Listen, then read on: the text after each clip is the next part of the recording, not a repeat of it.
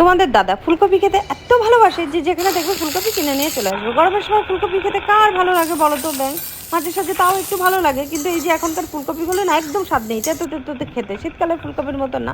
তা বলে কি রান্না খারাপ করলে চলে? রান্না তো ভালো করেই করতে হবে। তাই এই যে সরষের তেল দিয়ে তার মধ্যে জিরে ফোড়ন দিয়ে দিচ্ছি, তার মধ্যে পেঁয়াজ আদা রসুনের মশলাটাকে দিয়ে ভালো করে কষিয়ে নিয়েছি।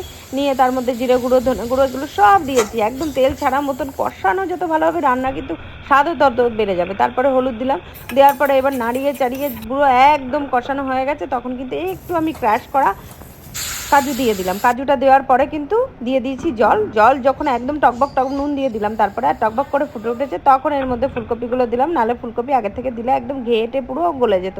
এরপরে একটু চাপা দিয়ে দিলাম, ব্যাস 10 মিনিট মতন ফুটে উঠলে রেডি হয়ে গেল আমার ফুলকপি। তো এর মধ্যে সামান্য একটু ঘি আর গরম মশলা দিয়ে নামিয়ে ফেললাম। আর এদিকে ভাত নিয়ে চলে গেলাম পুরো টেবিলের উপরে খেতে। তোমাদের দাদা খেয়ে বললো দারুণ হয়েছে খেতে। তোমরা কিন্তু